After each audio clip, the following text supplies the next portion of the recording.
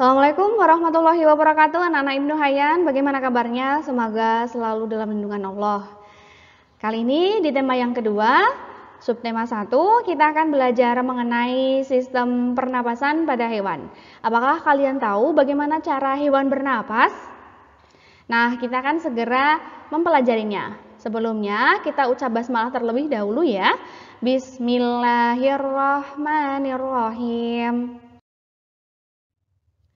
Bagaimana hewan bernapas? Ternyata hewan memiliki sistem pernapasan sesuai dengan tempat hidupnya. Jadi hewan bernapas juga sesuai dengan tempat hidupnya ya. Nah, tadi kita menyebut tentang sistem pernapasan. Apa itu sistem pernapasan? Sistem pernapasan meliputi organ-organ pernapasan dan cara kerja organ-organ pernapasan juga.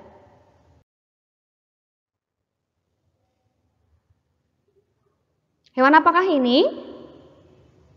Yap, cacing tanah.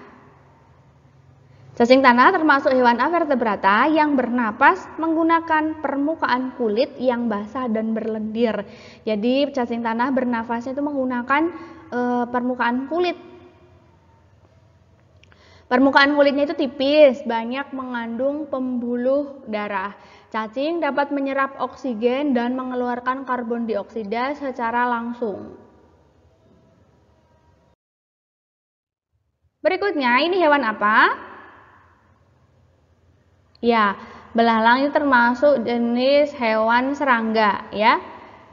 Serangga jenis hewan avertebrata. Serangga bernafas menggunakan trakea. Trakea adalah saluran-saluran halus dan bercabang dan tersebar di seluruh tubuh serangga. Cara bernafasnya adalah oksigen masuk melalui lubang yang disebut stigma, kemudian diedarkan melalui trakea ke seluruh tubuh. Jadi oksigennya masuk melalui stigma atau lubang tadi, kemudian diedarkan ke seluruh tubuh oleh trakea.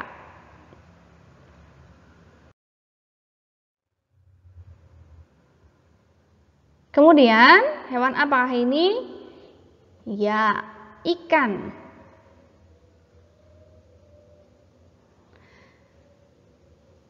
Ikan, yaitu cara bernafas ikan itu menggunakan insang.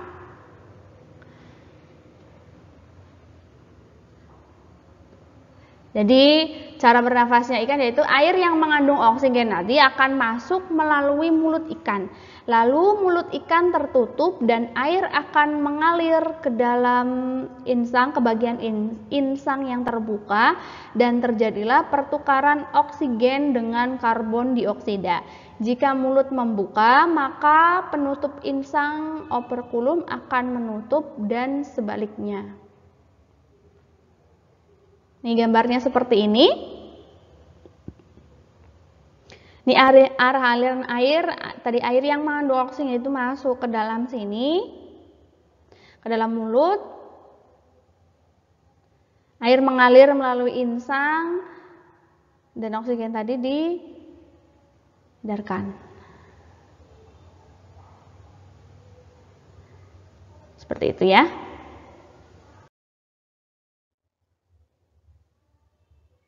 Nah, ini adalah gambar buaya. Nah, buaya ini termasuk dalam hewan reptilia.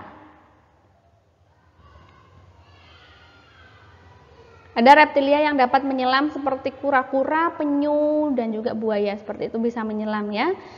Reptilia bernafas menggunakan paru-paru. Cara bernafasnya adalah dari oksigen itu masuk ke dalam hidung, kemudian masuk ke dalam tenggorokan, kemudian ke paru-paru. Seperti itu cara bernafasnya ya.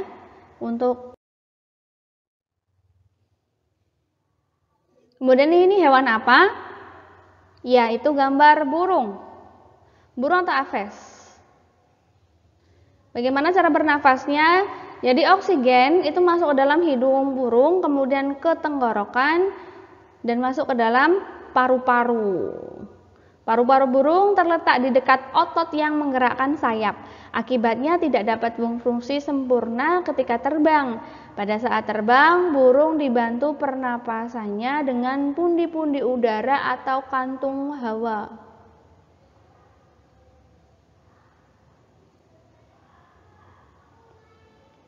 Nah, seperti ini gambarnya ya. Jadi udara masuk ke dalam lubang hidung, kemudian ke trakea, tenggorokan gitu ya. Kemudian ke paru-paru, masuk ke paru-paru. Nah, pada saat terbang tadi akan sulit karena paru-paru terletak di dekat dengan saya sehingga menutup. Kemudian yang bisa digerakkan adalah pundi-pundi udaranya. Ini pundi-pundi udara.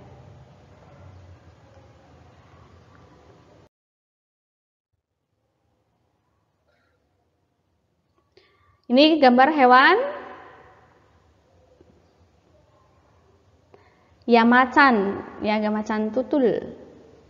Termasuk hewan mamalia, macan tutul, kemudian kucing, anjing, terus apalagi semuanya banyak hewan mamalia ya. Hewan mamalia bernafas menggunakan paru-paru. Cara bernafasnya adalah dari oksigen nanti masuk ke hidung, kemudian masuk ke tenggorokan, kemudian masuk ke paru-paru. Mamalia yang hidup di air bernafas dengan cara memunculkan diri ke permukaan air secara berkala untuk mengambil udara. Jadi ada mamalia yang hidupnya berada di air. Contohnya apa? Ikan paus.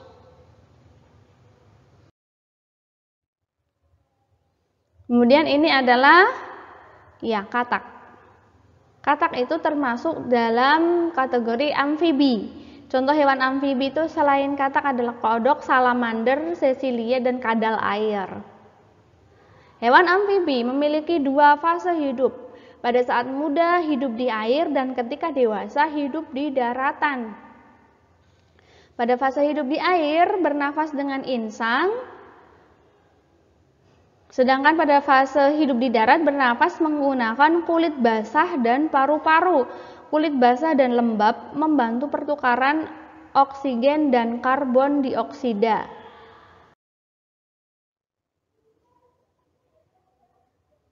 Coba kita simak video berikut.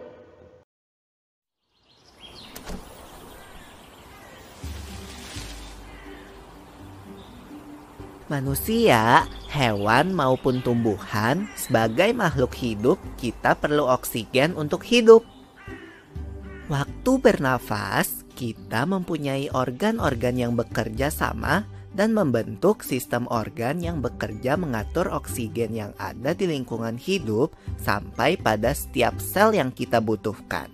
Oksigen ini tidak tersedia di dalam tubuh makhluk hidup. Kita mendapatkan oksigen dari lingkungan sekitar kita. Bernafas artinya kegiatan menghirup atau memasukkan oksigen dari lingkungan hidup dan mengeluarkan karbon dioksida dan uap air melalui alat pernafasan kita. Kamu tahu enggak kalau alat pernafasan kita terdiri atas hidung, pangkal tenggorok atau laring, batang tenggorok atau trakea, cabang batang tenggorok atau bronkus, dan paru-paru. Melalui lubang hidung, udara mendapatkan jalan keluar dan masuk ke dalam tubuh kita. Tapi, selain itu, udara juga dapat keluar masuk melalui mulut loh. Namun, jika kita bernafas menggunakan hidung, akan lebih baik loh karena terdapat lendir dan rambut-rambut halus. Rambut-rambut halus ini berfungsi untuk menyaring udara yang mengandung debu, kotoran, dan kuman penyakit. Belaput lendir berfungsi untuk mengatur suhu udara yang akan masuk ke paru-paru dan mengatur kelembapan udara agar sesuai dengan kelembapan tubuh. Hidung juga jalur yang langsung terhubung dengan alat pernafasan berikutnya, yaitu tenggorokan. Tenggorokan merupakan alat pernafasan manusia yang kedua. Pada tenggorokan terdapat laring atau pangkal tenggorok dan batang tenggorok atau trakea. Pada bagian dalam dinding batang tenggorok terdapat selaput lendir dan rambut-rambut halus yang selalu bergetar yang berfungsi menghalangi benda-benda asing yang akan masuk ke paru-paru. Pernahkah kalian tersedak? Tersedak merupakan gerak refleks untuk mengeluarkan kembali benda atau makanan yang masuk ke saluran pernafasan. Oh, aku tahu. Gerak refleks adalah gerak cepat dan otomatis yang menanggapi rangsangan dari luar organ kan? Kemudian, pangkal tenggorok yang disebut juga laring menghubungkan hidung dengan batang tenggorok atau yang biasa disebut trakea.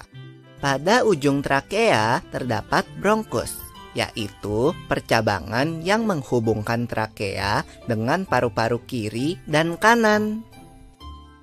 Paru-paru terletaknya di dalam rongga dada kan. Jika kita menghirup udara, maka udara masuk ke paru-paru. Lalu kemana lagi ya? Melalui bronkus menuju cabang dari bronkus yang disebut bronkiolus dan berujung pada gelembung paru-paru yang juga disebut dengan alveolus. Pada alveolus ini kan yang terdapat pembuluh darah, di mana terjadi pertukaran gas oksigen dengan karbon dioksida.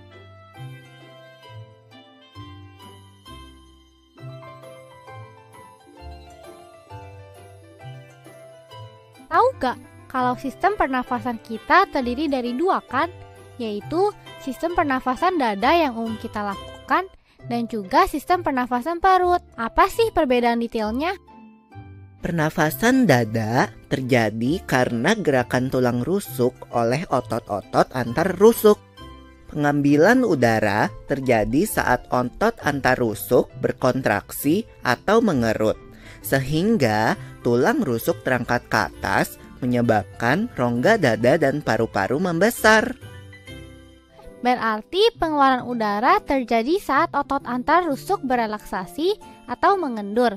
Saat itu tulang rusuk turun ke posisi semula, menyebabkan rongga dada dan paru-paru mengecil kan? Ya, benar sekali. Lalu menurut kamu, bagaimana dengan pernafasan perut kita? Pernafasan perut terjadi karena gerakan otot diafragma, yaitu sekat yang membatasi antara rongga dada dan rongga perut. Pengambilan udara terjadi saat otot diafragma berkontraksi. Posisi diafragma mendatar menyebabkan rongga dada dan paru-paru membesar. Berarti pengeluaran udara terjadi saat otot diafragma berelaksasi. Posisi diafragma melengkung ke atas, lalu menyebabkan rongga dada dan paru-paru mengecil. Nah, untuk lebih pahamnya kalian bisa baca buku kalian halaman 80 dan 91. Kemudian dapat bernafas adalah nikmat dari Allah yang sangat luar biasa.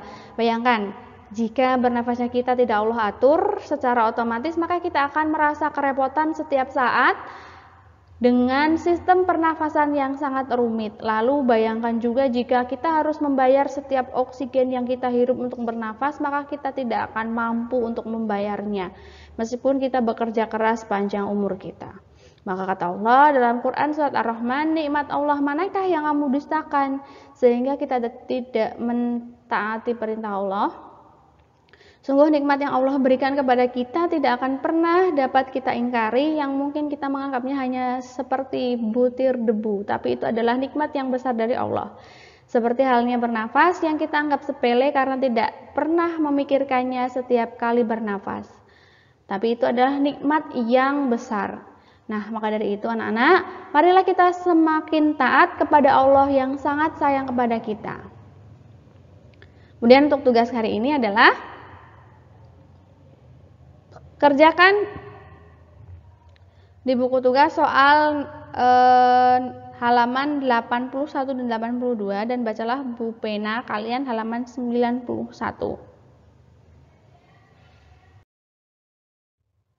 Itu tadi pelajaran mengenai sistem pernapasan pada hewan ya. Jangan lupa dikerjakan tugasnya. Kemudian kita ucap hamdalah. Alhamdulillahirabbil alamin. Ustazah ucapkan terima kasih. Wassalamualaikum warahmatullahi wabarakatuh.